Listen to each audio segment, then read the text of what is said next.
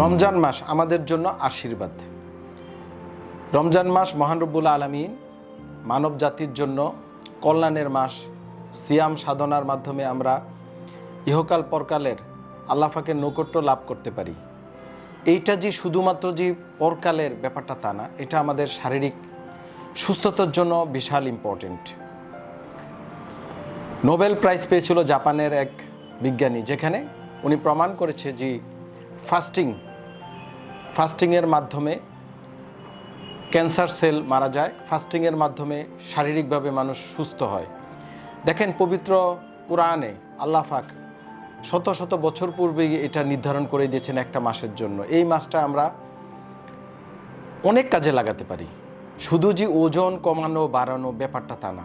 এই মাসটার মাধ্যমে আমরা মানসিক স্বাস্থ্য উন্নতি করতে পারি।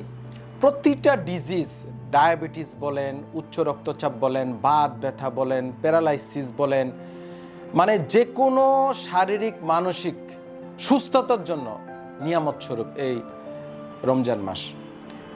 কিন্তু দুঃখ হইল সত্য, বাংলাদেশের প্রেক্ষাপটে আমি কথা বলবো। আমি একজন বাত ব্যথা পুনর্বাসন বিশেষজ্ঞ চিকিৎসক। আমরা বিভিন্ন ব্যথা রোগী দেখি, ওজনের রোগী দেখি, অবেসিটি বা আর্থ্রাইটিস, প্যারালাইসিস রোগী দেখি। বাংলাদেশে আমরা রমজানের পূর্বে যদি রোগীর ওজন, গড় ওজন ধরেন কারো 70, কারো 60, 50 এরকম থাকে, আফটার রমজান আমরা রোগীগুলোর ওজন 3 কেজি, 4 কেজি, 5 কেজি বেশি পাই।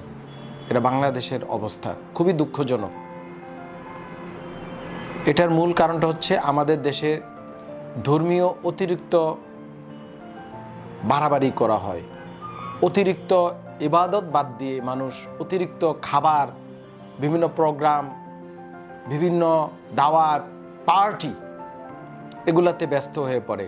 আল্লাহ পাক যে উদ্দেশ্যে এই মাহে রমজান আমাদেরকে দিল, সেটা আমাদের আর হয় না, উল্টো অসুস্থ হয়ে পড়ে সবাই।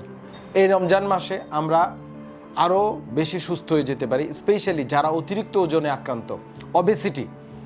আমাদের কাছে এসে বলেন, স্যার অনেক ওষুধ খেয়েছি, অনেক ইনজেকশন নিয়েছি, অনেক হাঁটি, অনেক এক্সারসাইজ করি, না খেয়ে থেকে ভালো হয় না, ওজন কমে না, ব্যথা কমে না, প্যারালাইসিস ভালো হচ্ছে না, মানসিক স্বাস্থ্য ভালো হচ্ছে না। এই রমজান মাসে আমরা কিন্তু এই অবেসিটি বা এই সুস্থতা আমরা কিন্তু অনেকাংশেই পেয়ে যেতে পারি। জাস্ট করণীয় হচ্ছে আমরা রমজানে রোজা রাখবো। আমরা অবশ্যই রোজা রাখবো এবং আল্লাহ পাকের খুশির জন্য, নৈকট্য লাভের জন্য, ওনাকে খুশি করার জন্য আমরা রোজা রাখবো, এটা আমাদের নিয়ত। এবং রোজার যে উদ্দেশ্য আল্লাহ পাক দিয়েছে, শারীরিক না খেয়ে থাকা, মানে আমরা না খাওয়া, ফাস্টিং, না খেয়ে থাকা। এই না খাওয়ার উদ্দেশ্যটা হচ্ছে আমরা সারা দিন শরীরে যে অতিরিক্ত টিস্যু থাকে, ফ্যাট টিস্যু থাকে, অতিরিক্ত মেদ ভুঁড়ি জমা থাকে, এটাকে বার্ন করা। ফাস্টিং মানে এটাকে বার্ন করে ফেলা, পুড়িয়ে ফেলা। এই পোড়ানো আমরা এই রমজান মাসে আমরা করতে পারি। শুধু আমাদের যে ইফতারি, সেহরি এবং রাতের খাবারটা আমরা একটু সচেতন হব। ইফতারিতে আমরা পর্যাপ্ত পানি জাতীয় খাবার, যাদের অতিরিক্ত ডায়াবেটিস নাই বা কন্ট্রোলে আছে, তারা ফ্রুটস দিয়ে আমরা রোজা রাখবো, রোজা ভাঙবো এবং পর্যাপ্ত পানি খাবো। ফার্স্ট মানে জাস্ট আজানের পর আমরা পানি খেয়ে, 2টা একটা খেজুর খেয়ে, পানি খেয়ে আমরা নামাজে চলে যাব। এই সেই রাতের খাবারটা আমরা ভাত, তরি তরকারি, শাকসবজি মোটামুটি পর্যাপ্ত পরিমাণে আমরা খাবো। কিন্তু আমরা কি করি, ইফতারির মধ্যে বিভিন্ন বাজে খাবার নেই, জাঙ্ক ফুড নেই, বিভিন্ন হেভি খাবার যেমন মাংস জাতীয় খাবার, তারপরে হচ্ছে চিনি সমৃদ্ধ ফল বা মানে রেডি ফল বা প্যাকেটজাত ফল বা চিনি দিয়ে তৈরি বিভিন্ন পায়াস, মানে অনেক কিছু আমাদের বাংলাদেশের মা বোনরা এটা করে, এরা খুব ইমোশনাল। এগুলো আমরা বাদ দিব। জাস্ট সিম্পল রোজাটা ভেঙে রাতের খাবারটা আমরা খেয়ে ফেলবো। যদি রাতের খাবারটা আমরা বিভিন্ন তরি তরকারি, শাকসবজি এবং প্রয়োজনে কিছু ফ্রুটস খেয়ে আমরা নিতে পারি।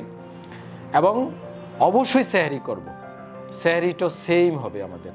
এখানে বিভিন্ন তরকারি থাকবে, ভাত থাকবে, ডিম থাকতে পারে, দুধ থাকতে পারে। কারণ ওই সময় একটু ভারী খাবার খেলে সারাদিন আপনার ফাস্টিংয়ে যখন থাকবেন সেটা আস্তে আস্তে বার্ন হতে থাকবে, আপনি এনার্জি পাবেন, কাজ করতে কোনো অসুবিধা হবে না। এবং রাতের বেলা আমাদের মাথার কাছে হোক বা বিভিন্নভাবে পানি রাখবো, পর্যাপ্ত আমরা পানি খাবো, কারণ পানি শূন্যত হয়ে যেতে পারে। একটা মানুষের অন্তত 2 থেকে 3 লিটার পানি প্রয়োজন, নারী পুরুষ নির্বিশেষে। পর্যাপ্ত আমরা পানি খাবো, যদি না কোনো রোগীর নিষেধাজ্ঞা থাকে কোনো ডাক্তারের, এটা একটা গ্রসলি আমি কথাটা বলছি, তাহলে কিন্তু রমজানে আমরা ওজন কমিয়ে ফেলতে পারবো। অহেতুক পার্টি, অহেতুক গ্যাদারিং, অহেতুক নামাজ রোজা বা এগুলা ইবাদতে ক্ষতি হয় এমন কাজ আমরা অ্যাভয়েড করব। এবং সকালবেলা যদি আমরা একটু হাঁটি ঘুম থেকে উঠে, বা রাতে তারাবির নামাজের পরেও যদি সম্ভব হয় হাঁটি, তাহলে যারা অতিরিক্ত ওজন আছে ওজন কিন্তু কমিয়ে ফেলা যাবে। জাস্ট একটু আপনার সচেতনতা দরকার।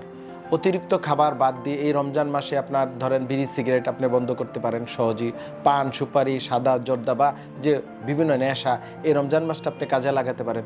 শুধু তাওয়াক্কালতু আলাল্লাহ, আল্লাহর প্রতি আপনার মনোযোগ দিতে হবে, ইবাদতের প্রতি মনোযোগ দিতে হবে, এবং যে উদ্দেশ্যে আল্লাহ পাক এই ফাস্টিং করতে আমাদের দিয়েছে, না খেয়ে থাকার যে উপলব্ধি ওনার নৈকট্য লাভের ক্ষেত্রে, জাস্ট উপলব্ধিটা অন্তরে ধারণ বাহন করতে হবে।